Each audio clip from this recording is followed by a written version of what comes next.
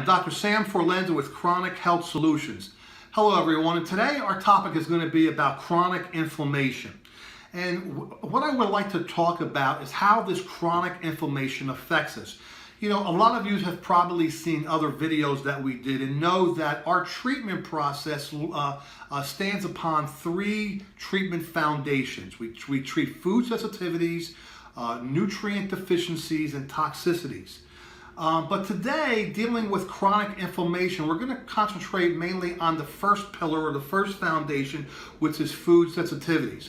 And what happens is that your own body, by the food that we eat, can cause this chronic inflammation. But let me first just describe and point out the difference between acute inflammation and chronic inflammation. With acute inflammation, what usually happens is that in an instance where we might get a toe stub or an ankle sprain, and you're going to get some redness and some swelling, more or less in a localized area. But with low-grade chronic inflammation, what happens is that over time, from these intolerances that are put on the immune system, and mainly from the food that we eat, over time will build up and cause health challenges. Okay. It breaks down the immune system, and like I said, will actually turn on the body and affect different organs or systems. What we try to do is we food test, okay?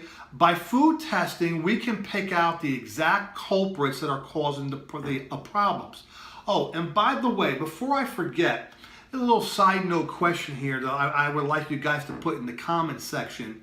How many of you think that chicken would be a inflammatory food? Put yes in the comment section if you think chicken would be inflammatory, or put no in the comment section if you think that chicken is not an inflammatory type of food. And we'll go over those results here in a little bit. Time magazine had an article some time ago stating that 7 out of the top 10 causes of death were related to chronic inflammation. Those were things like heart disease, cancer, lower respiratory disease, strokes, Alzheimer's, diabetes, and kidney disease. Yeah, we're finding more and more that this chronic inflammation is leading to devastating health challenges and wreaking havoc on the autoimmune system. And we'll get into a separate video about how the immune system is really affected adversely by this inflammation. But the good news is that with our treatment process, a simple test performed in the comfort of your own home can give us the information that we need. Okay, we can find out what foods are wreaking havoc on your immune system, and you'd be surprised. There's many healthy foods that for some person it would wreak havoc, where others it wouldn't bother. So also here, I want to talk about what spikes inflammation. You know, inflammation is caused by a lot of things, but mainly one of the main culprits, or several main culprits, is sugar. You know, nowadays sugar is in everything. Years ago, back in the late 1800s, sugar was considered a delicacy. And basically, the average American back then only consumed about 4 pounds of sugar per year. Now we're consuming over 100 pounds, each person over 100 pounds of sugar. So this is a big culprit and big problem in today's standard American diet, the SAD diet. Carbs. You always hear people talking about low carbs this and low carbs that. Okay, well, carbs are really sugar in disguise.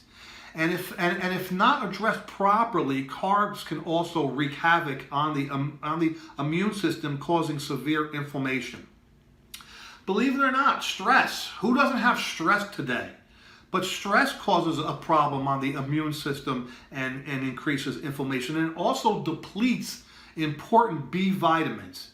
Dehydration. A lot of athletes that play on a very high level of performance suffer dehydration and can result into inflammation and autoimmune problems. Now, earlier on, I had told you what the three main easy-to-use foods would be to fight this inflammation, this chronic inflammation. And here we are is, well, you guessed it, veggies. Veggies are really, really important against the battle of inflammation, especially for your white blood cells. Because what happens is every time we have an immune response or a food sensitivity or an intolerance caused by the food trying to increase this inflammation, these white blood cells rush to the area to try to kind of diffuse the problem and take this inflammation down to a controllable point. So the veggies help kind of act as your fireman or your fire hose to kind of put out this inflammation process. Certain fruits are great antioxidants and help fight the battle against inflammation. These are things like cherries, pomegranates, plums, raspberries. Okay, fish, certain types of fish that contain omega-3 are fantastic anti-inflammatory foods. And also, you probably heard, which is true, certain fish oil supplements are very, very good in this battle also. Well, earlier I had said, and I had asked you if people thought if chicken, okay, chicken is normally considered a very healthy food, okay, but I had asked if chicken would be an inflammatory type of food or if it would not be an inflammatory food. And the answer is neither. That's right, neither. It could be inflammatory to some people and not bother others. And the way that we find that out is by simple testing that we do right here in the office. And this is why we want to be specific and try to find out exactly how we can control these disease processes by basically the things that we eat. So if you guys have any questions, please give us a call to 859-777-2149. Give us a call.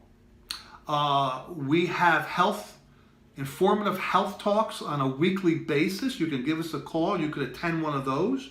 Or you can come on in for a free consultation. Again, that's 859-777-2149. And please give us a call. We're here to help. If you have any questions, just let us know. Take care and have a great day.